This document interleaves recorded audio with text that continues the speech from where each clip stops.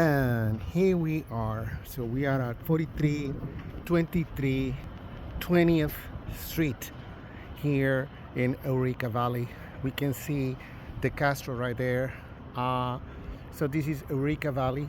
This apartment that you will see, apartment number 12, comes over with its own private deck, which you can see right here. And let's go and see apartment number 12. So again, we are at 43 20th Street, 4323 20th Street. And you will see apartment number 12 today that has 2 bedrooms and 1.5 bathrooms. So that's apartment number 12.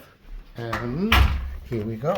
So the apartment comes over with a rental tag of $3,950, an additional $200 for parking if you would like to choose that. It has views, it is updated. You can see modern kitchen, dishwasher, refrigerator, fireplace right there, hardwood floors throughout the unit.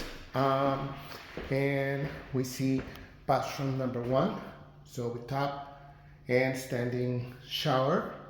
And now we go and see bedroom number 1, which has its own little bathroom right here.